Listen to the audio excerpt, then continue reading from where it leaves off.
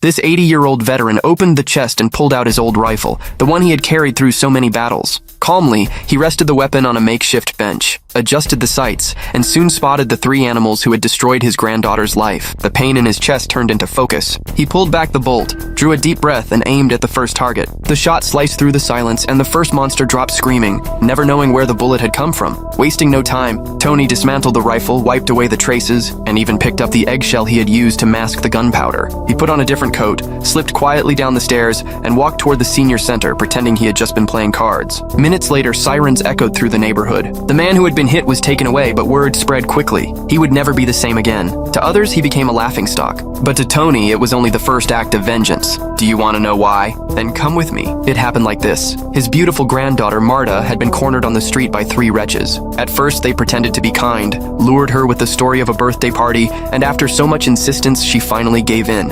Inside, they slipped something into her drink and revealed themselves as wolves in sheep's clothing. Sadly, innocent Marta never had a chance to escape. 6 hours later, when she stumbled back home, her grandfather Tony saw the bruises on her body, and rage consumed him. Furious, he grabbed an axe and went out to confront them, but the neighbors held him back, begging him to call the police instead. The next day, he and Marta went to the police station, but instead of protection, they were humiliated further. The chief insinuated that because of her clothes, Marta must have consented. Shattered, she lost the last fragments of hope, while Tony, unwilling to give up, turned to the military court, carrying his medals as proof of honor. But the answer was the same. One of the attackers was the son of the police chief, and everyone had already been bought. Faced with the corruption eating away at every institution, Tony finally understood. No one would help his granddaughter. Outraged, he gave himself over to hatred. For revenge, he bought a new rifle, tested the sights, and allowed himself a crooked smile. Time had passed, but his aim was still perfect. And now, driven by a thirst for justice, he would carve out his own path.